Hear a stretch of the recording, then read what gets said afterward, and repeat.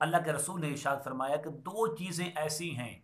جو کل قیامت کے دن اللہ تبارک و تعالیٰ کی بارگاہ میں کھڑے ہو کر اپنے دوست کے لیے، اپنے ہمدرد انسان کے لیے شفاعت کریں گی، جھگڑا کریں گی۔ تو فرمایا ایک قرآن ہے جو اپنے پڑھنے والے کے لیے سفارش کرے گا، اور ایک رمضان کا روزہ ہے، یعنی کہ رمضان کا مہینہ کہہ لیں، رمضان کا مہینہ ہے تو فرمایا یہ اپنے دوست کے لیے کہ جس نے اس کا احترام کیا، ادب کیا، اس کے لیے بخشش کی دعا کریں گے، شفاعت کریں گے۔ حضور نے ارشاد فرمایا کہ میں نے اور روزہ، یہ قرآن ہے، روزہ اور قرآن بندے کے لیے سفارش کریں گے۔ روزہ کہے گا اے رب میں نے کھانے سے اس کو، خواہشات سے اس کو میں نے دل میں روکا، اب اس کے حق میں میری شفاعت قبول فرما۔ قرآن کہے گا کہ اے رب میں نے اسے رات سونے سے باز رکھا، میری شفاعت اس کے بارے میں قبول فرما، دونوں کی شفاعت قبول کی جائے گی۔ سبحان اللہ۔ دن کو روزہ رکھنا اور رات کو تراویح کی نماز میں قرآن پڑھنا یا سننا، تو فرمایا اگر قرآن ہماری سفارش کر دے، روزہ ہمارے لیے شفاعت کا ذریعہ بن جائے، تو فرمایا اس سے بڑی نعمت اور کیا ہو سکتی ہے، اس سے بڑا اجر، اس سے بڑا مقام اور کیا ہو سکتا ہے ایک امتی کے لیے کہ روزہ جس کا ہم نے ادب کیا، دن کو جمع کرنے سے، گناہ کرنے سے، کھانے پینے سے ہمیں روکا صرف اللہ کی رضا کے لیے، تو یقیناً یہ روزہ ہمارے لیے وفادار دوست ہے، کل قیامت کے دن اپنے رب کی بارگاہ میں ہمارے حق میں شفاعت کرے گا اور اس کی شفاعت قبول کی جائے گی۔ اور قرآن با وفا ہے، بے وفا نہیں ہے، اس لیے کہ جس نے رمضان کی راتوں میں قرآن کو پڑھا یا قرآن کو سنا تراویح کی نماز میں، تو فرمایا یہ قرآن اس بندے کے لیے شفاعت کا ذریعہ ہے، یہ قرآن اس بندے کے لیے بخشش کا ذریعہ ہے، اس کے لیے شفاعت کرے گا۔ میرے آقا فرماتے ہیں کہ روزے کی اور قرآن کی جو شفاعت ہے انسان کے حق میں ضرور قبول کی جائے گی۔ تو ہمیں اس حدیث پاک سے رمضان کو گزارنے کا، رمضان کے استقبال کا ایک بہترین سبق ملا، ایک بہترین درس ملا۔ اللہ تبارک و تعالی ہمیں عمل کی توفیق عنایت فرمائے۔ اللہ کے رسول صلی اللہ علیہ وسلم نے ارشاد فرمایا کہ آدمی کے ہر نیک کام کا بدلہ 10 سے لے کر 700 تک دیا جاتا ہے۔ ہر نیک کام جو انسان کرتا ہے تو اس کی جو کم سے کم نیکی ہے، ہر نیکی کے بدلے 10 نیکیاں ہیں، اور 10 نیکیوں سے لے کر 700 نیکیوں تک ایک نیکی کا بدلہ انسان کو ملتا ہے۔ مگر خوش نصیب انسانوں کے لیے بڑی خوشخبری، اللہ فرماتے ہیں مگر روزہ ایک ایسی نیکی ہے،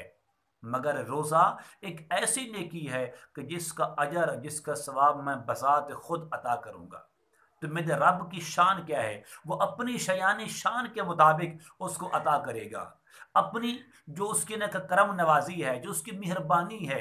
فرمایا اس کے مطابق انسان کو وہ صفائی کہ اس کی جو اجر ہے، اس کا جو جزا ہے وہ عطا کرے گا۔ اور فرمایا کہ روزہ دار کے لیے بہت بڑی خوشخبری ہے، 2 خوشیاں ہیں۔ جو انسان روزہ رکھتا ہے تو فرمایا اس کے لیے 2 خوشیاں ہیں، ایک خوشی دنیا میں ہے اور ایک خوشی آخرت میں ہے۔ جو دنیا کی خوشی ہے وہ یہ ہے جب انسان افطاری کرتا ہے، افطاری کا وقت آتا ہے، سامان بھی سامنے موجود ہے، انسان کے اندر طاقت بھی ہے، وہ کھا سکتا ہے، لیکن کھاتا کیوں نہیں ہے؟ اپنے رب کی رضا کے لیے، اپنے رب کے حکم کا انتظار کرتا ہے۔ جب مؤذن اذان کہتا ہے تو پھر یہ دعا پڑھ کے اس کی افطاری کرتا ہے، اللہم انی لک صمت وبک آمنت وعلیک توکلت وعلی رزقک افطرت۔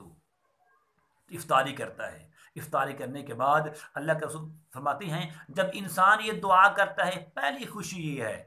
دنیا کی خوشی یہ ہے، افطاری کے وقت جب انسان یہ دعا کرتا ہے اللہ تبارک و تعالیٰ اس کے ہر دعا کو قبول فرما لیتے ہیں۔ اس سے بڑی خوشی اور کیا ہو سکتی ہے؟ پھر فرمایا دوسری خوشی، جب انسان مرنے کے بعد قیامت کے دن میرے رب کی بارگاہ میں حاضر ہوگا تو میرا رب اس بندے سے خود ملاقات کر کے جنت کے اعلیٰ درجوں میں داخل فرما دے گا۔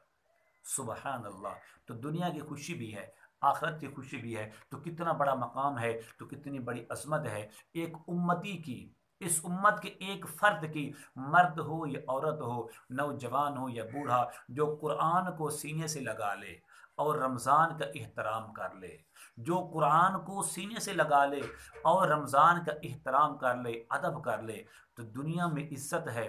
آخرت میں عزت ہے، دنیا میں انسان کے گناہوں کے لیے کفارہ ہے، گناہوں کی بخشش کا سامان ہے، اور آخرت میں انسان کے لیے بہت بڑا اجر ہے۔ اللہ تبارک و تعالی ہمیں استقبال رمضان، رمضان کی ساعتیں، رمضان کے رحمتوں کو لٹنے کی، اپنے گناہوں کے لیے بخشش، اپنی زندگی کے لیے نجات کا ذریعہ بنائے۔ ایک ایک چیز حضور نے ارشاد فرمایا کہ رمضان کا وہ مقدس مہینہ ہے کہ جس میں ایک فرض کا ثواب 70 فرضوں کے برابر ملتا ہے،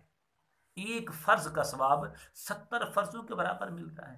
اور ایک نفل کا ثواب، نفل کا ثواب فرمایا وہ تو فرضوں کے برابر ہو جاتی ہے۔ رات کو قیام کریں تو گناہ معاف ہو جائیں، دن کو روزہ رکھیں تو گناہ معاف ہو جائیں، اور انسان کے لیے بخشش کا سامان ہو جائے، تو اس سے بڑی نعمت، اس سے بڑا مقام اور کیا ہو سکتا ہے۔ اللہ تبارک و تعالی ہم سب کو